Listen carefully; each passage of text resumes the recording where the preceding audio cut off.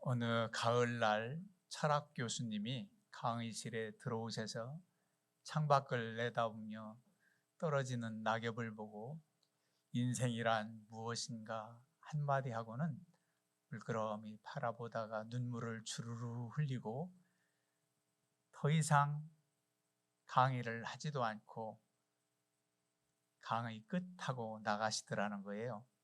그래서 어떤 학생들은 오늘 수업 않고 강의 끝 좋다 했을 수도 있고, 어느 학생들은 정말 인생이 무엇인가를 다시 한번 생각해 보는 계기가 됐을 줄 알아요.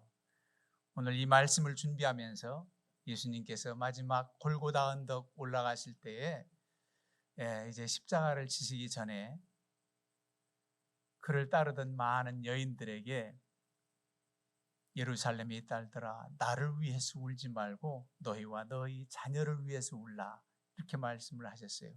그래서 이 말씀 준비하면서도 그 철학 교수님이 생각나가지고,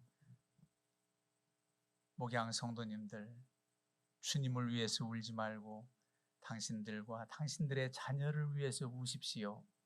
설교 끝 하고 내려가면 어떤 감동이 있을까도 생각해 보았습니다. 여러분, 우리 주님께서 이 말씀을 하신 배경은 이렇습니다. 공생애를 마치고 예루살렘 입성하셔서 이제 온 인류를 위해 희생 제물이 되는 길만 남았어요. 입성하실 때는 많은 무리들이 종려나무 가지를 흔들면서 호산나 다윗의 자손이여 우리를 구원하소서 외치며 반겨요. 그들의 겉옷을 벗어서 길에 깔면서 그렇게 반겨요. 그런데 예수님께서 그 다음 예루살렘 입성하셔서 그들의 기대와는 정반대로 로마의 카이사 왕도 아니고 로마의 총독 빌라도 법정에서 아무런 변론도 항변도 안 하시고 그렇게 죄인 취급받으면서 또 사형 언도받는 그 모습을 보고 얼마나 실망스러웠을까. 이 6월절 범죄인 중에 특사로 내보낼 테니 누구를 풀어줄까 할 때도 그 흉악한 강도 바라바를 놓아주라고 그러면서 예수님 십자가에 못 박히도록 한 그런 군중들, 입성하실 때는 호산나 다윗의 자손이여 외쳤던 그들, 왜 그랬을까요? 이미 예수님에게 기대를 못하겠다는 겁니다. 빌라도 법정에서 그렇게 서 계신 아무런 어떤 기적과 이적도 행하시지 않고 그렇게 사형 언도받는 그런 모습에 너무 실망스러운 거예요. 로마 통치하에 있던 이스라엘이 그렇게 초인적 초자연적 능력이신 주님께서 저들을 전복시키고 이스라엘 나라 왕으로 세워질 줄만 알았더니 그 꿈이 산산이 깨어진 겁니다. 그들의 기대가 깨어졌던 거지요. 그래서 그들은 돌변한 거예요. 그런가 하면 예수님의 제자들은 여기 본문에 등장합니까? 다 뿔뿔이 흩어져요. 예전에 내가 했던 직업 어부 노릇이나 해야지 갈릴리로 돌아간 제자들도 있고 다 뿔뿔이 흩어집니다. 그런데도 주님을 끝까지 따르는 이 여인들의 무리가 오늘 본문에 나와요. 가슴을 치며 슬피 우는 여자의 큰 무리가 따라오는지라. 그때 예수님께서 그들을 향하여 이르시되 예루살렘의 딸들아, 나를 위하여 울지 말고 너희와 너희 자녀를 위하여 울라, 그렇게 말씀을 하신 거예요. 여러분, 예수님의 유언의 말씀하면 우리는 마태복음 28장 마지막 구절에 너희는 가서 모든 민족으로 제자를 삼아 아버지와 아들과 성령의 이름으로 세례를 베풀고 내가 너희에게 분부한 모든 것을 가르쳐 지키게 하라. 볼지어다 내가 세상 끝날까지 너희와 함께 있으리라. 그 말씀을 지상명령, 예수님의 마지막 유언으로 우리가 알고 있습니다. 맞아요. 그런데 신령한 몸으로 부활하신 예수님의 마지막 당부지요, 승천하시기 직전에. 그런데 그때는 신령하신 부활의 몸으로 쏘신 예수님의 말씀입니다. 마지막 분부입니다. 그런데 이 땅에서 육신을 입고 오셔서 십자가에 달려 죽기 전에 마지막으로 하신 유언의 말씀이 오늘 본문이라고 해도 과언이 아닙니다. 예루살렘의 딸들아 나를 위해서 울지 말고 너희와 너희 자녀를 위하여 울라. 이 말씀을 하시면서 이제 골고다 언덕에서 십자가에 달려 죽으시거든요. 그러니까 육신을 입고 오신 예수님께서 마지막 하신 유언과 같은 말씀이 이렇게 기도해라. 너희와 너희를 위해서, 너희 자녀를 위해서 울며 기도하라. 이 말씀을 하셨다고 봅니다. 우리 주님을 사랑하고 주님을 따르던 여인들을 향해서 우리 주님께서 그냥 고난의 그 쓴 잔만 생각하고 묵묵히 걸어가신 것이 아니라 그 이전에는 쓰러지고 또 쓰러졌겠지요. 근데 영 십자가를 지고 골고다 언덕까지 진도가 안 나가니까 시골에서 올라온 구레네 사람 시몬을 시켜서 내가 져라. 그리고 예수님을 따르게 하고 군중들이 따랐던 장면이잖아요.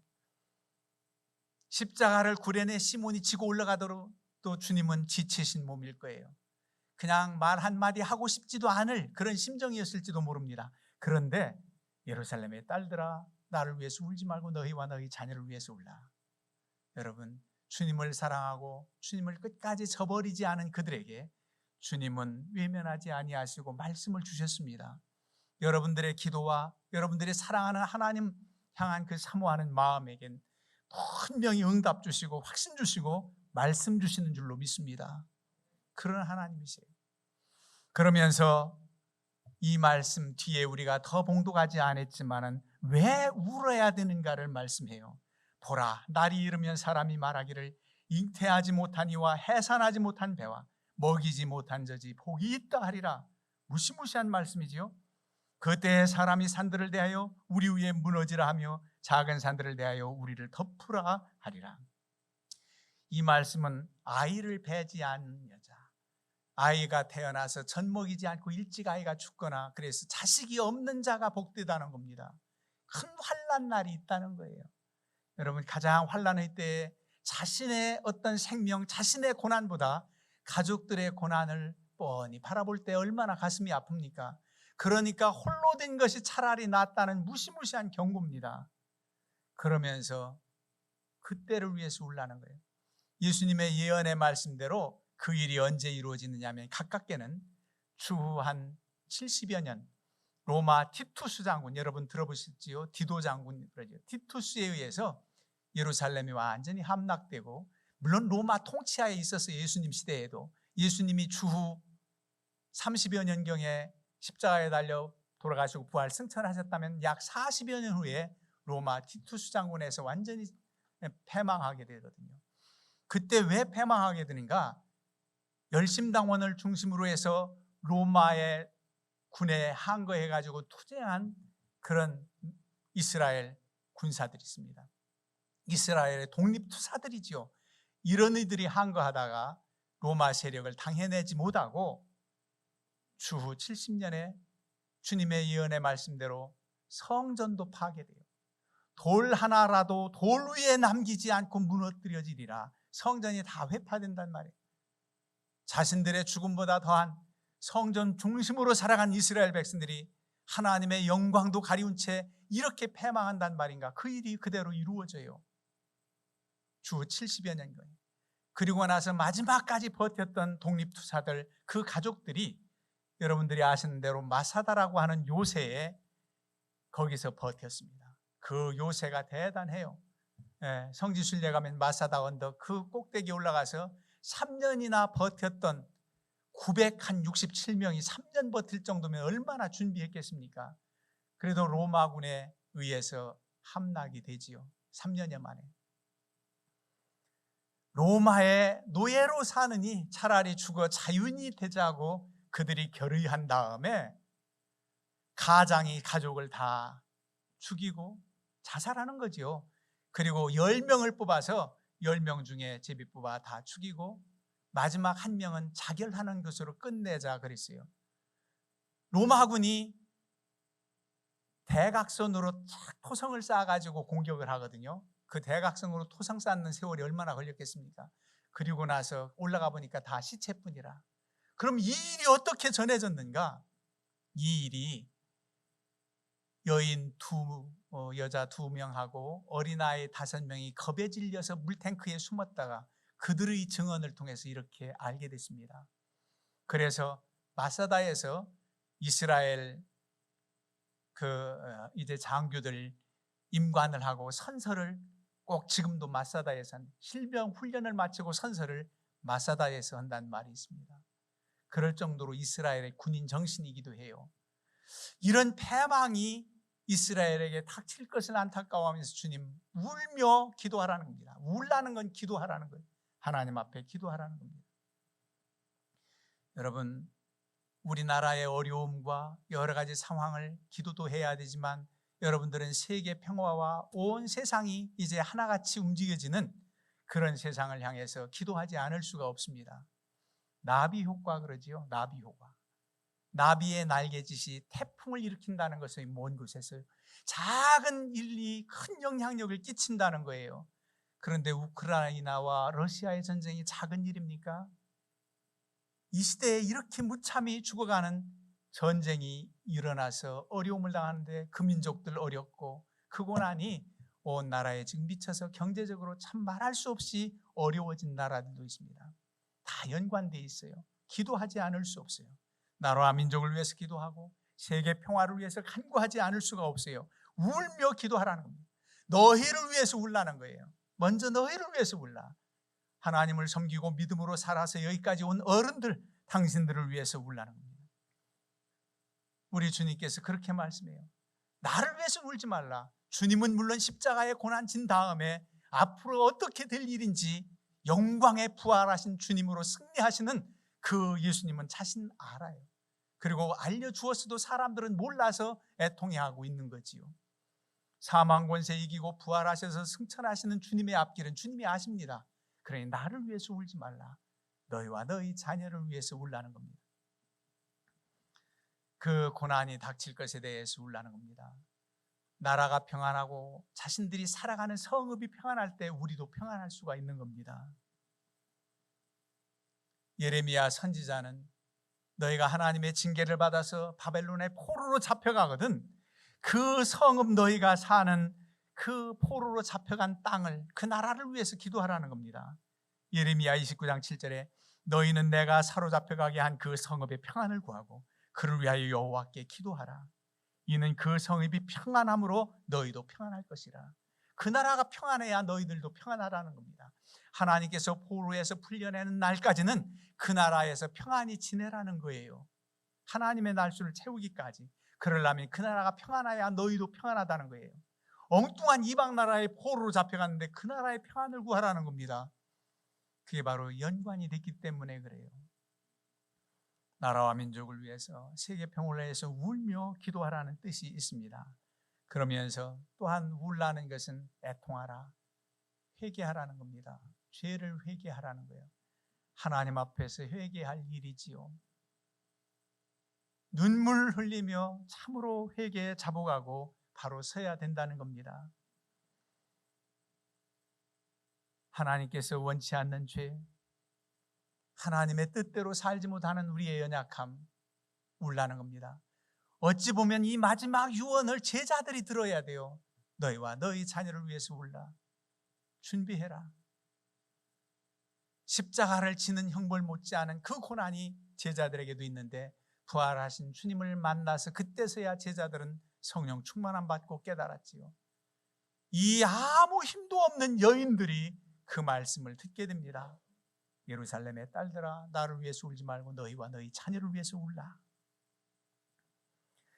회개하라는 겁니다. 눈물로 회개하라. 하나님 앞에 바로 서기 위해서. 그래서 회개에 대한 청산이 그렇게 중요하다는 거예요. 믿음으로 서지 못하는 죄, 하나님 뜻대로 행하지 못한 죄까지도 우리가 회개할 수 있어야 됩니다.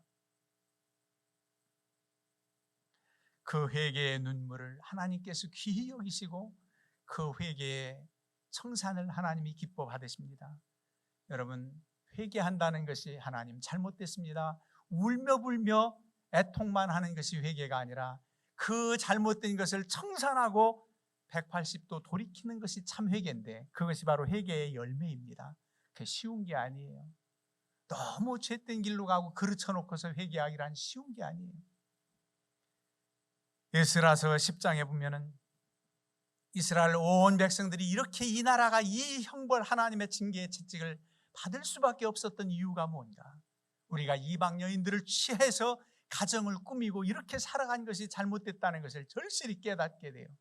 이 마당에 가족, 자식을 낳고 살아가는데 어떻게 합니까? 그런데 그들은 결단을 해요. 이방 여인들, 아내들, 자식들 다 내쫓자는 겁니다. 버리자는 겁니다. 여러분, 이게 쉽습니까? 이제 살아가는데.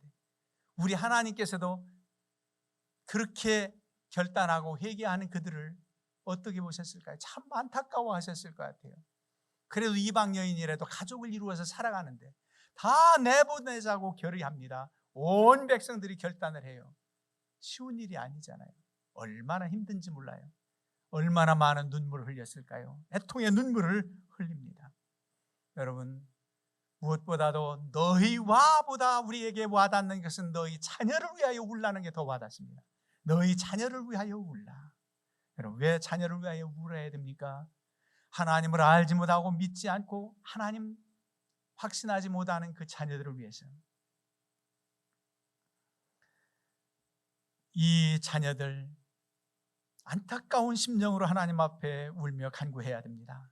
믿지 않는 가족을 봐도 눈물이 나지 않고 믿지 않는 자녀를 봐도 안타까움이 마음이 없는 우리들의 모습은 정말로 안타까운 거죠. 회개해야 됩니다. 우리 자녀들의 영혼을 위해서 울라는 겁니다. 하나님 앞에 돌아와 하나님을 잘 섬기는 자녀들로 살아가라고 그렇게 울며 간구해야 된다는 말입니다. 교회는 나오는데 신앙생활을 하는데 아직도 확신이 없어 흔들리는 자녀들, 언제라도 세상길에 떨어지고 빠지고 나약함에 빠질 우려가 있는 그런 자녀들, 주님 속히 살아계신 주님 체험하고 확신 있는 신앙생활을 하게 해달라는 간절한 기도가 또 필요합니다. 저들의 영혼을 위해서, 믿음의 사람으로 서기 위해서 저들을 위해서 기도해야 됩니다. 우리 주님께서는 그 시대에도 악하고 음란한 세대라고 표현했는데 오늘날은 얼마나 더 악하고 음란한 세대인가요? 이런 세대로부터 우리의 자녀들을 지켜달라고, 악하고 음란한 세대로부터 보여질 표징이 무엇냐고 주님께서 말씀하셨을 때 요나의 표적밖에 보여줄 것이 없다 그랬어요. 이 악하고 음란한 세대가 표적을 구하는구나. 그 표적이 뭐냐? 부활의 표적입니다.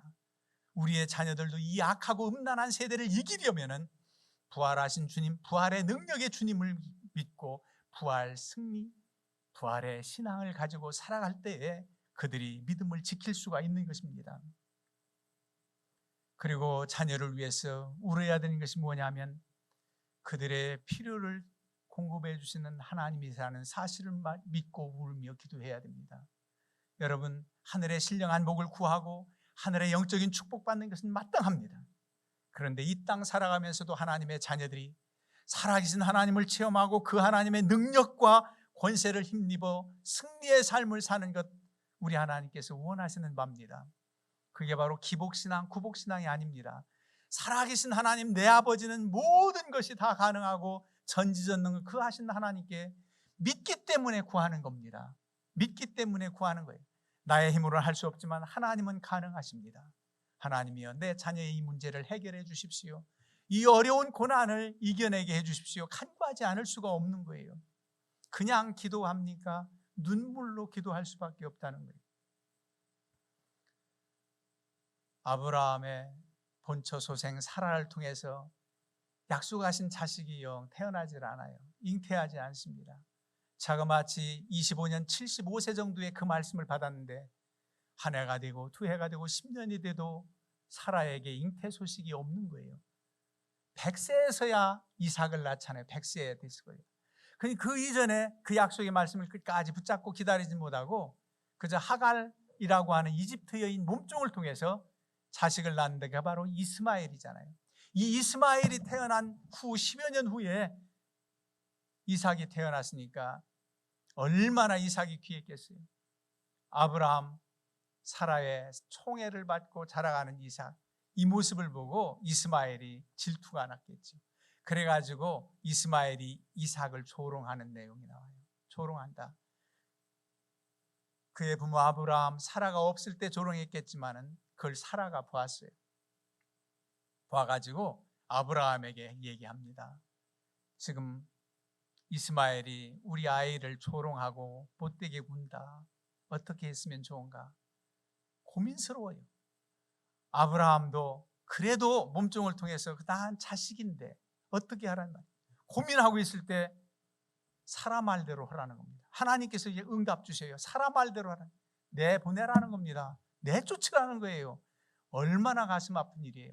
그래도 아브라함이 위로받고 내쫓을 수 있었던 것은 그도 큰 민족을 이루게 하리라는 거예요. 그도 살리겠다는 겁니다.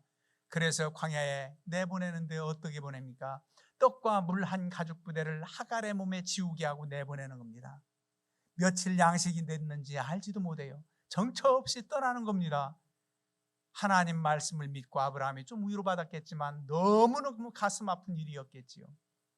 그런데 광야길에서 가죽 부대의 물도 다 떨어지고 대성통곡을 합니다. 이스마엘도 울고 하갈도 울고 서로 마주대하면서 대성통곡할 때 하나님의 사자를 보내서 하나님께서 하갈의 눈을 여시고 오아시스 물 나는 물웅덩이를 보게 하십니다.